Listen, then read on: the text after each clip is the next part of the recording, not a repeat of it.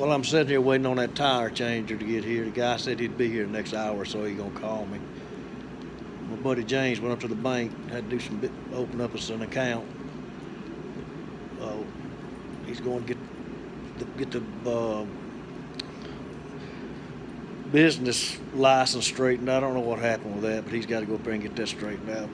But I told you I was going to tell y'all a story about me and Curtis Perkins. And some of y'all know Curtis Perkins. You went to high school with him. Back in about 1977 or 1978, me and Curtis went deer hunting up on the Escatawba River, somewhere over close to Mississippi. It's been a long time since I've been over in that area, but a preacher friend of mine asked me if I wanted to go up there with him, and he said if I knew anybody that could bring him too, because they was going to make a dog drive and they need as many standards as they could get. So I called Curtis and he said, I'll come by and get you and we'll ride up there. Well, he come by and got me. We went up there and drove. We drove way back in the woods on these old dirt roads. How we made it, because we was in Curtis's some type of an old Ford car he had. I don't know if it was a Torino or whatever it was, light blue. I think it was a Ford Torino. So we drive up there. It took us a few hours to get there, and we got there right at daylight that morning. And when we got there was a bunch of people standing around, deer dogs all in the back of trucks. So we got all situated where we were going to go out and hunt, and picked our stands and got all out. We hunted all day, killed 4 or 5 bucks. Of course, me and Curtis didn't kill anything. And we were going to leave, and the club president asked me, said, y'all two want to come back in the morning? You're welcome to come back. And we said, yeah, we'd like to do it. He said, well, you really hadn't got to go home. He says, old camp house right there y'all could stay in. And then, believe me, it was an old camp house. We looked at it and looked at each other, and I said, Curtis, you really want to drive back to Mobile, or you want to stay in that? And he said, well, I really don't want to drive back to Mobile. I guess we could stay in it. I mean, this was an old camp house. You could almost see through the walls. It was so old. I'm talking old. Had an old stone fireplace on one end of it. So anyway, that was about right at dark when we decided we was going to stay in that camp house. So we go up into, everybody leaves, and we go up in that camp house, and there was bunk beds in this one room, and on one side of the building there was a bunch of bed springs just leaning up against the wall, like a stack of them, just leaning up against the wall on this side. There was a little door that went through the back side of it, went to a little kitchen. Well, it was kind of cold that night, and Curtis said, man, we're going to have to build us a fire. And I said, I know it, man. It's getting cold in here. This before we even laid down. We was just sitting in some old chairs there, and there was that old stone fireplace. I said, well, let's round up some firewood and we'll see if we can't get this a fire. So we went outside and scraped up enough wood, and we put up in that old fireplace, and we couldn't get it to light. We had no paper or anything to light it. And Curtis said, we got to find something to light this fire with. I said, I know it. I said, I don't know what we're going to use. I said, there ain't no paper. And we looked in the kitchen, didn't find enough paper to get a fire going. But I noticed outside, when we went in, there's a little old building out to the side of the cabin, and I said, maybe there's something out there.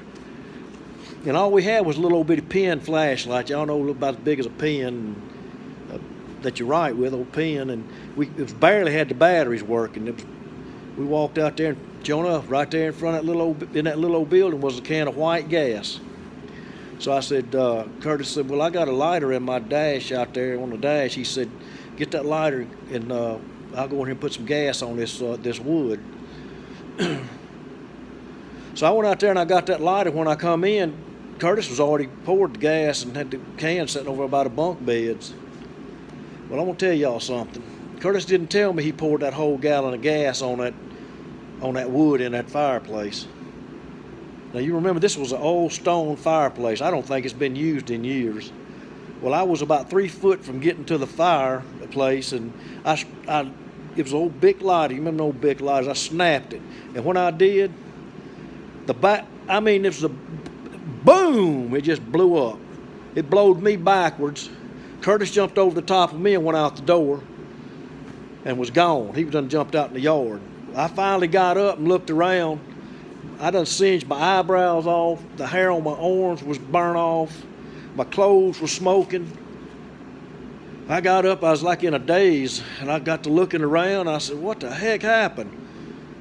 So I looked over and I seen that can of gas laying on his side. It still had the top on. I picked it up and it was empty.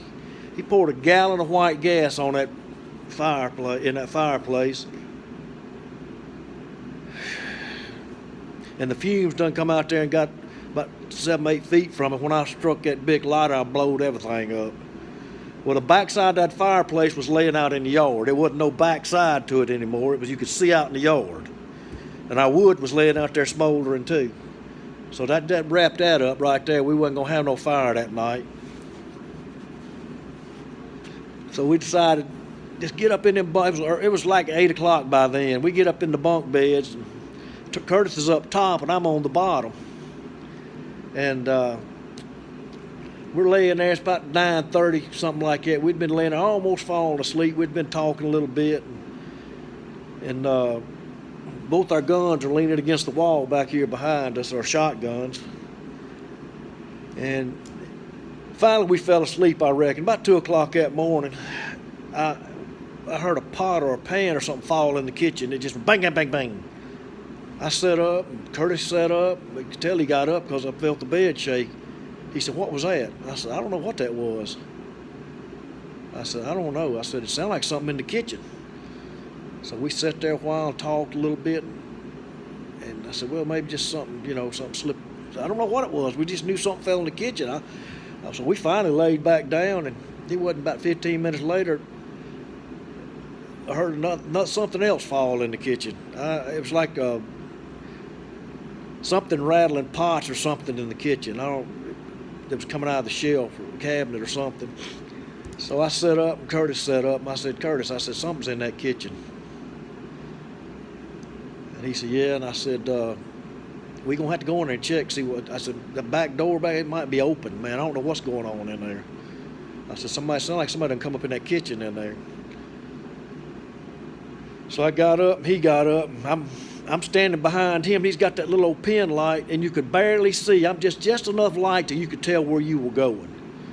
And we walk up in that kitchen, and I could see the pot, what I thought had fell, sitting on by the stove. And there was another one sitting over by the stove. It's probably the other thing that had fell, the other pot. And the cabinet right above the stove was open about 3 inches. So I was following. I was right on Curtis's back. We were walking. He'd take his left foot would go out, and mine go out. We just marching together, right? So he got up there, and he had that old pin light. I'm gonna tell you, it wasn't much light to it. And he, I don't know who that is pulling up, but anyway, we went in there, and he opened that cabinet, and when he did, there was a possum sitting up in there, and it went to opened his teeth, and it jumped right out on top of Curtis. Just about jumped on his face. We both flew backwards and landed on the floor.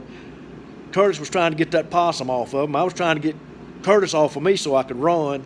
Curtis finally got that possum off of him, jumped over me and was running, and had the only light I couldn't see. He went right out that door, and I looked, I seen that pin light shaking across that front yard. It was gone. So I took off running. When I did, I couldn't make the turn out of the kitchen, and I went to running. I was calling for Curtis. I banged all up against them springs against the wall, and I didn't know it, but somehow or another the back of my pants got hooked on one of them springs, the bed springs. And the cabin was about 2 foot off the floor, off the ground out there. And I said, I'm just going to leap and just jump. And I'm going to try to catch Curtis because by now he's probably halfway to Mobile. So unbeknownst to me, my pants done hooked into one of those bed springs. And when I jumped, that bed spring went flying against the door, jerked me backwards, snatched my pants all the way up to the back of my neck. And I'm hanging out the door, and my pants are straight up to my knee. The bottom of the pants all the way up to me. I couldn't figure out how to get out of there. I'm screaming for Curtis to come help me. Curtis, that's all I can remember. I didn't even see the light no more. I don't even know where he went.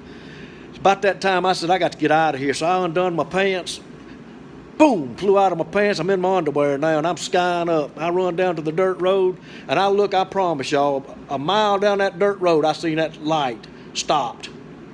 That's how far he got before I could ever get out of that cabin.